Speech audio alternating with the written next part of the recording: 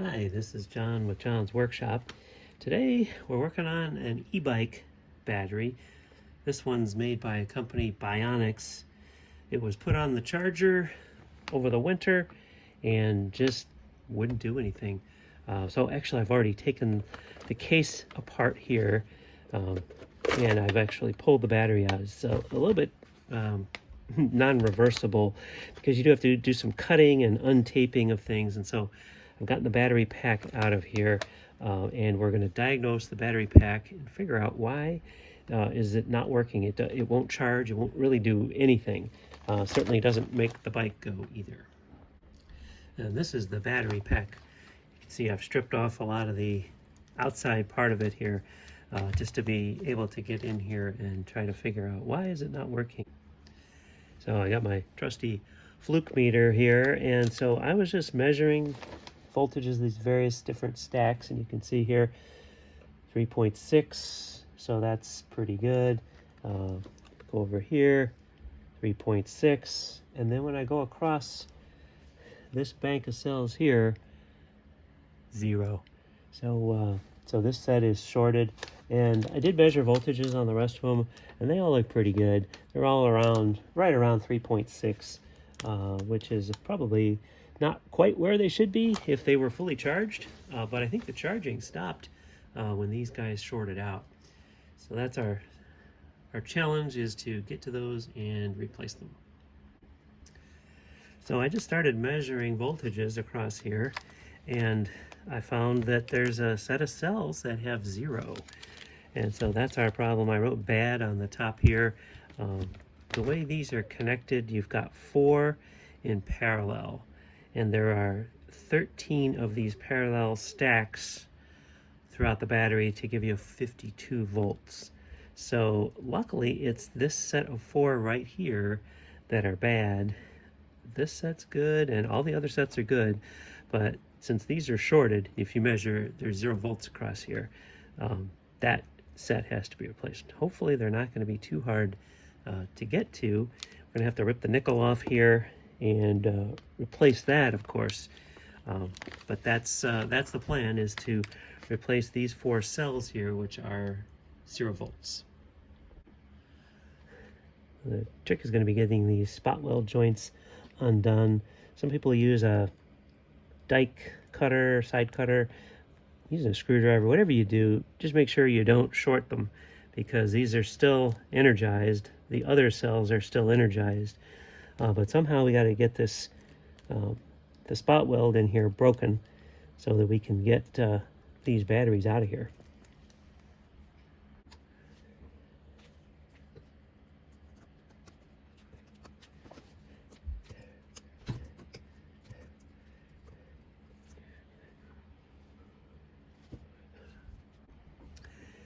So now I'm using kind of a needle nose plier technique here. Try to pull these things off of here. Those spot welds are pretty tough to get off, but I'd like to try to salvage this if I could, as much as possible anyways.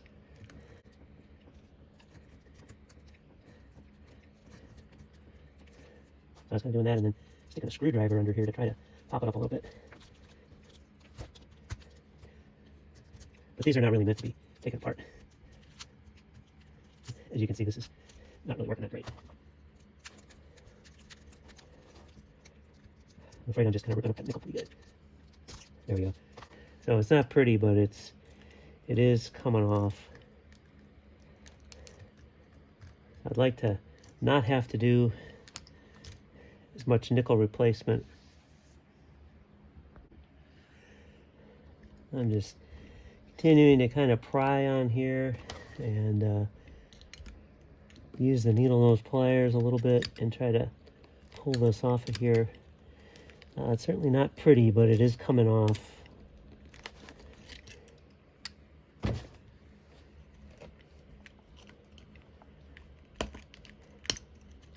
There. So definitely going to have to put some additional nickel in here, but much of this looks like it could be potentially salvaged. And if I can do the spot welding properly, I should be able to keep this, should make reasonable contact. If I clean that, I should be able to spot weld that back together. All right, so next is to get the other side of these cells disconnected. So I flip the pack over, now I'm on the back side, so these are the 4 cells I'm trying to get out. And basically it's the same situation here, just trying to get that nickel disconnected.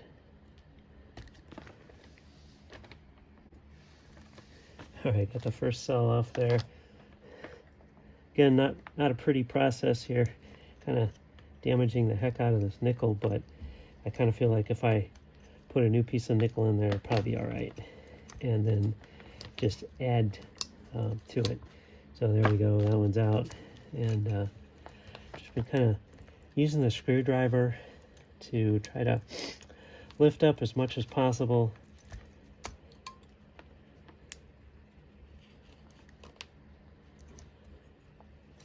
Kind of like this, and then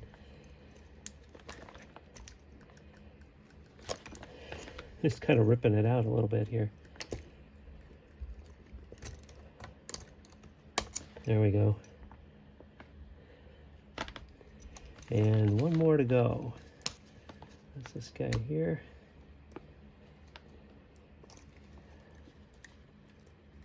I'm sure there are folks out there that can do this a lot more quickly than I can. There's probably a better way to do this, but this does seem to be working. It's just a little slow, and I think I just got kind of lucky that the cells I'm trying to replace are not too far deep into the pack.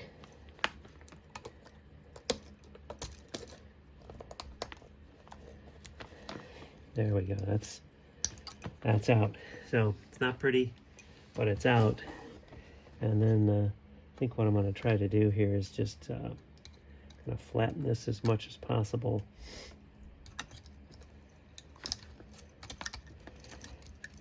Because I'd like to reuse that as the connection between these 2 packs. Once again, if you're using metal tools, you don't want to make any shorts across here, so you got to kind of be careful about that. So just be extra careful. So I got an anvil here and just trying to flatten out that nickel, kind of where I ripped it all up. I feel like that would make contact better when I go to spot weld it back. So that's a little bit ugly, but it's better than it was. I just got this portable spot welder here for the purposes of spot welding the nickel conductive strips onto the batteries. So I'm going to try a test case here. Here's a test spot weld. So I've got it on auto, and I've got it on the setting of what's called 8th gear, which is just a setting for power. There you go. Looks like it did a pretty good job there.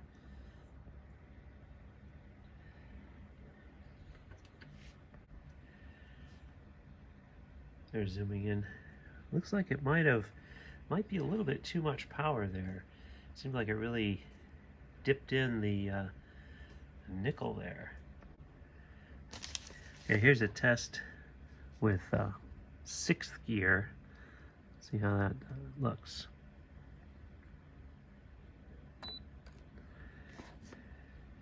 You can see there's a little bit less indentations there.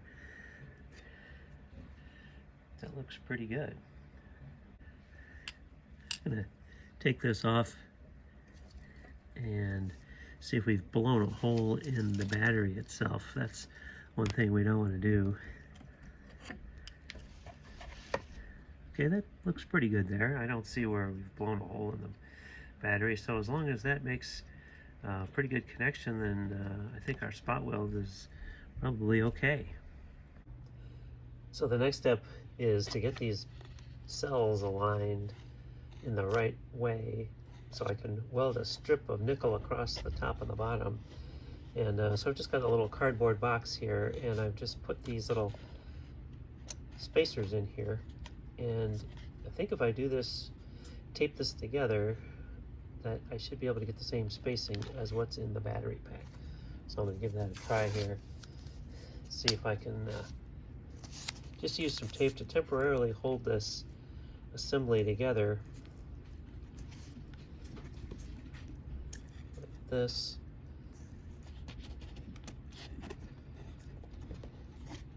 Until I get that nickel across there.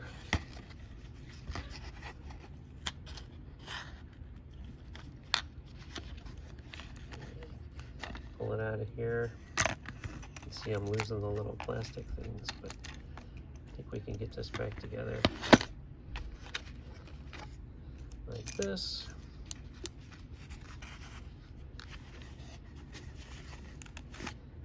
Right.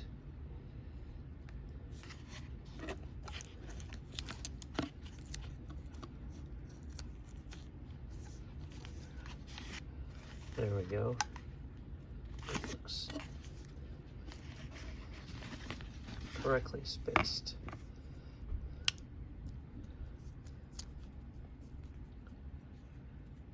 Those little spacers should be in there.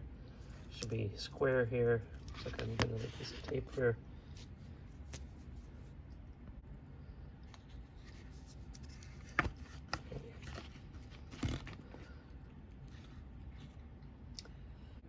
The idea here is that the pack that I just made should have the same spacing as what I'm about to put this into, so that it should be able to go in something like that.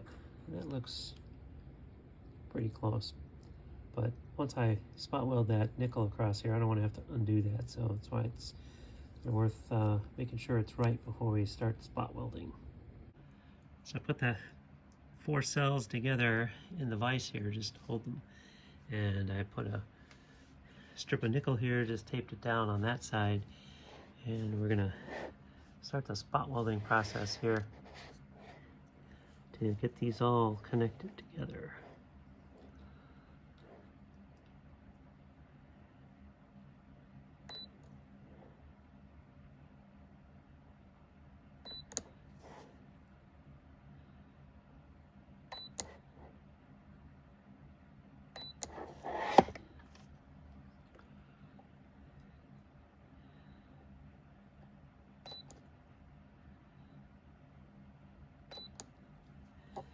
All right, and the last one here.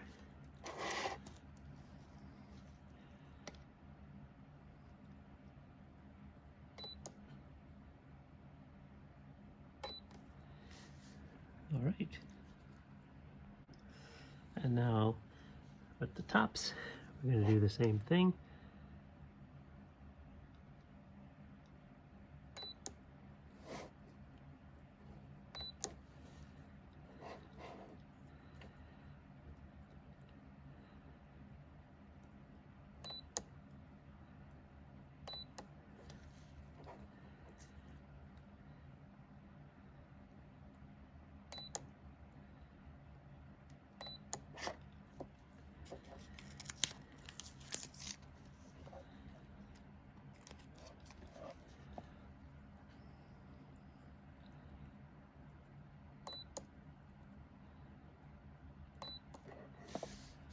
All right, so here we are with this set of 4 installed, and you can see the chewed up backing plate here, nickel plate. So I've got these installed here, and I'm going to start spot welding through here.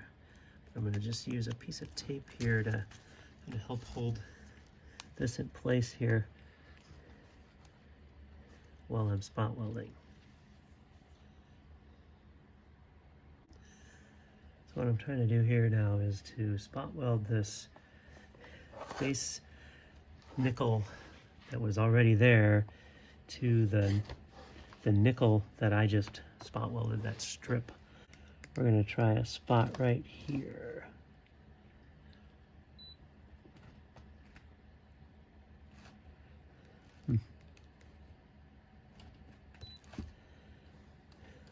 Okay. Got something. We'll try again right here.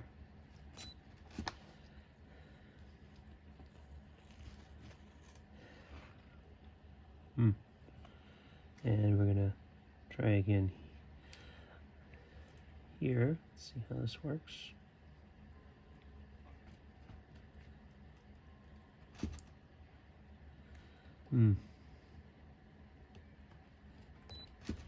There we go.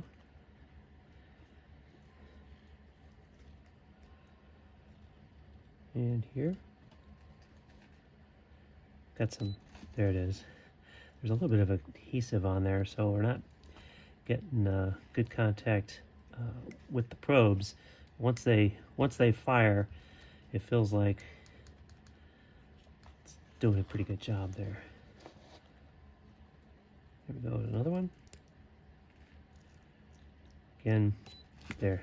Got to kind of work your way through the adhesive to get the spot weld to take. Okay, I'm going to shift to the back side of this.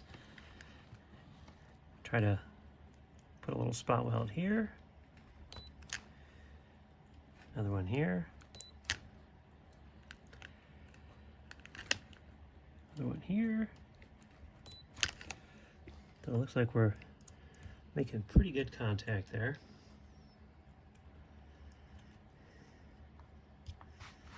And then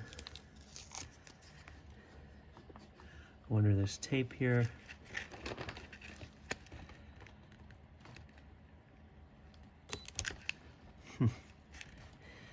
Kind of slipped on that one.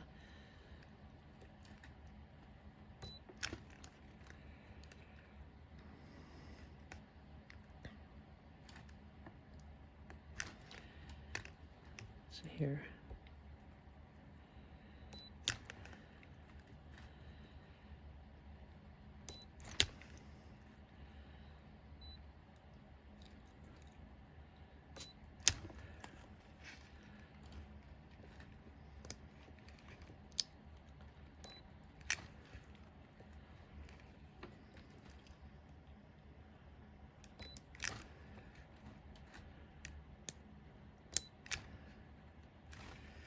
Alright, I've made quite a number of spot welds across here.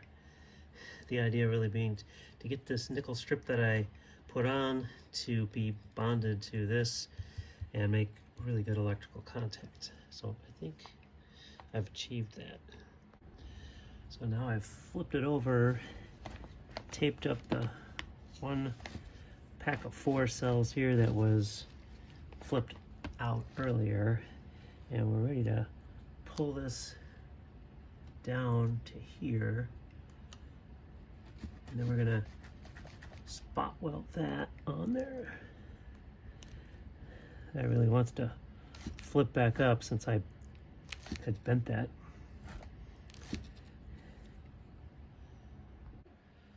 Okay, so this has all been reconnected. May not be pretty, but we're gonna check to see here. This is the output. What are we going to measure? Look at that, 47.8 volts. So I'm hopeful that replacing that set of 4 cells was the problem, because previously we were getting nothing out of there because the protection circuitry wasn't allowing anything to come through. I plugged the battery back into the charging unit there, and then actually went ahead and plugged in the external power for charging. There's the battery management unit, and we've got a red light on. You can kind of see it here. This is red. If I turn out the light here, you'll see that, which I think just means that it's charging. So this is a good sign. Before the battery goes all the way together, but the spot welds are complete, I want to provide a little load here, so I just took a hairdryer apart and I'm using the heating element here, and we're going to record the current just to load this up a little bit. And I want to see if my joints, which don't look real good here, are heating up or if they're able to handle the current without too much heat. All right, so I'm just going to manually connect the positive and negative here, and there you can see we're reading about 5.8 amps, something like that, and just run that for just a little bit here. The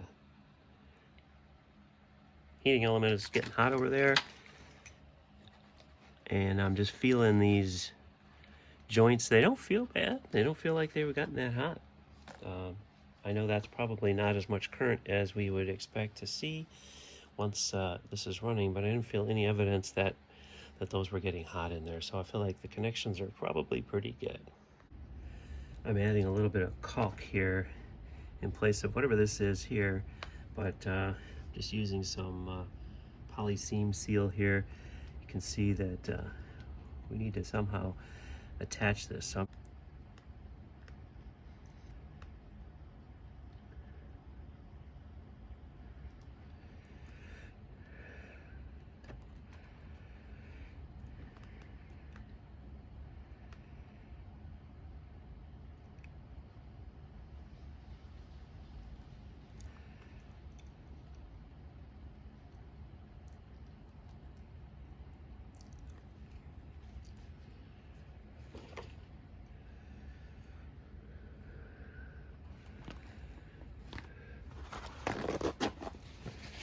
I'm just gonna kind of push this down in there a little bit to try to make sure it's sticking. It's not as pretty as the original, but I think it's going to serve the purpose there. And then I've got a piece of tape ready here to secure this. Just want to make sure that the pack is as tight as we can make it here.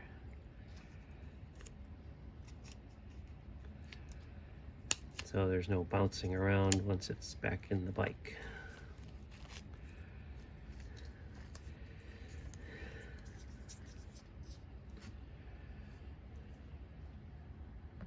I also put a dab of that caulking adhesive right here on top of where the other dab was when I took it apart, but I did pull both those connectors out and broke the original caulking bead there, so I just replaced it. So that should provide a little bit of vibration isolation, I guess, for those two connectors. Okay, so I've kind of put a lot of the stuff that was on there, the heat shrink big wrap that was around the whole thing. I tried to kind of tape that back together, and you can see it's not at all perfect. I've also put some of this sealant on the top. It's like this adhesive here to kind of replace what they had on there in the first place. And you see the board and everything in there. And I'm gonna go ahead and put this back together. And I think it is working, but we won't really know until we're able to connect it up to the bike, which is about 600 miles away from here. So I really can't use that to check to see if we're working or not. The battery pack is back together. Here you can see if I touch that, get the green light, so that says it's 85 to 100% charged. As far as I can tell, it is good, but I don't really know until we plug it into your bike whether it's actually going to be good or not. This is just on here while stuff is drying, and if we decide things are working, we don't have to pull this back apart again. We just put a little bit of super glue down through here, and then we can take this tape off of there. So I think it's pretty much ready to go. And here it is on the bike. We took it on a test ride, and everything seems to be working great. And here's the display showing we have an almost full battery even after the test drive. So I'll count this as a successful repair. Thanks for watching, and hope you enjoyed it.